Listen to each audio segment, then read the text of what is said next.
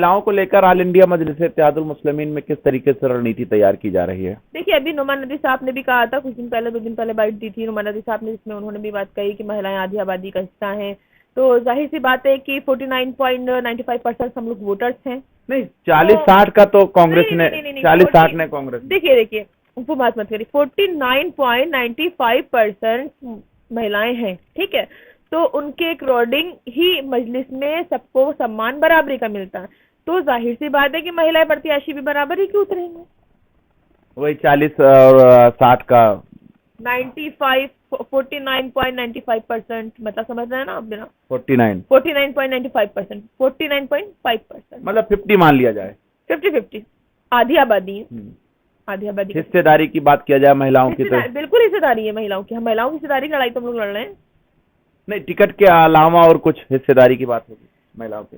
देखिए मेन है महिला, क्योंकि राजनीति में, देखिए राजनीति में मुस्लिम बहुत कम उतरती हैं महिलाएं, बहुत कम, ना के बराबर है। लेकिन जो उतर रही उनके लिए तो कम से कम कुछ हिस्सेदारी की बात होनी चाहिए। तो बिल्कुल आप देख रहे हैं ना कि मैं दावे से बात कर सकती हूँ कि मैंने पहले भी 2021 में 6 जून को ये बात बोली थी कि अन्य पार्टियों की जो महिला विंग थी वो एमआईएम की महिला विंग देख करके घबरा गई थी, इतना घबरा गई थी कि अपने प्रदेश सचिव का प्रमोशन करना चाहिए उनको, तो उन्होंने डिमोशन कर दिया था।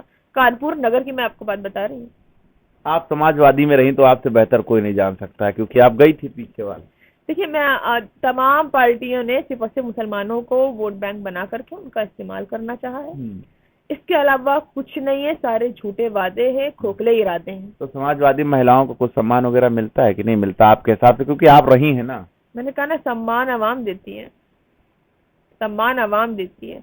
बात हक की है और मजलिस ही हक देती है, मजलिस ही हक की लड़ाई लड़ती है। अच्छा, बहुत सारी पार्टियों पर आरोप लगते हैं कि महिलाओं के प्रति जो है पार्टियों में बहुत सारे ऐसे लोग होते हैं जिनकी विचारधारा बिल्कुल अलग होती है, हट के होती। क्या मजलिस में भी ऐसे लोग हैं अभी आपके निगाह में? नहीं, बिल्कुल भी नहीं। मजलिस एक ऐसी पार्टी है जिसको देख करके तभी तो औरतें यहाँ से ज्वाइन हो रही हैं। कभी आज हम लोग जो है, हम लोग को राजनीति में निकलने की जरूरत नहीं थी, राजनीति में आने की जरूरत नहीं थी। मजलिस की विचारधारा से ही औरतें जुड़ रही हैं, असद साहब से और शौकत साहब की आइडियोलॉजी को देख करके ही औरतें जुड़ रही हैं। अच्छा रिया सिद्दीकी, ये सवाल नहीं पूछना चाहिए लेकिन फिर भी हम चाहेंगे कि दर्शक जो है जानना चाहते हैं कि आप हिजाब लगाई हुई हैं, बिल्कुल ये इस्लाम कहता है हिजाब लगाइए। क्या कभी पार्टी में इस तरीके से दबाव बनाया गया कि हिजाब आप उतार कर लोगों को फेस करिए? कतई नहीं बनाया क्या। बल्कि समाजवादी पार्टी में ऐसा मोमेंट आया था मेरे लिए, अब आपने पूछा तो मैंने चाहा बता दूं। क्योंकि हिजाबी हमारी पहचान है, हिजाबी हमारा अधिकार है, और कोई भी राजनीति किस तरीके से करना चाहता है, किस वेशभूषा में करना चाहता है, ये भी उसका अधिकार है। और किस राजनीतिक दल में वो चाह करके राजनीति करना चाहता है, ये भी उसका अधिकार है। तो ठीक उसी तरीके से हिजाब पहनना भी हमारा अधिकार है।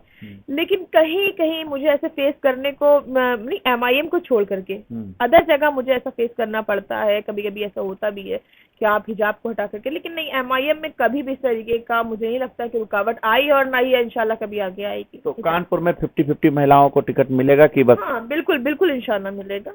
कानपुर नहीं, पूरे उत्तर प्रदेश में मिलेगा।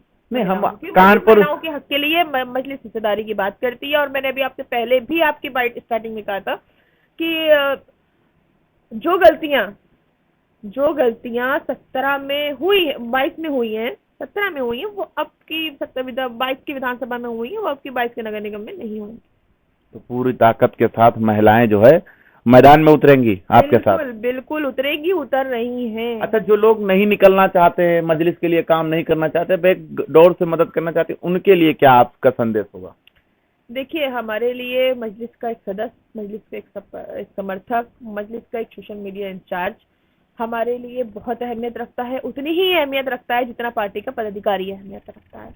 और आपने अभी देखा है कि हमारी पार्टी में तो जिन लोगों ने सदस्यता नहीं ली है, उनको हमारी पार्टी के जनाब प्रदेश शौकत अली साहब ने आला पदाधिकारियों की कमान दे रखी हुई है। तो इससे ज्यादा मेरे ख्याल से और मैसेजेस देने की जरूरत नहीं ना हमें। चलिए।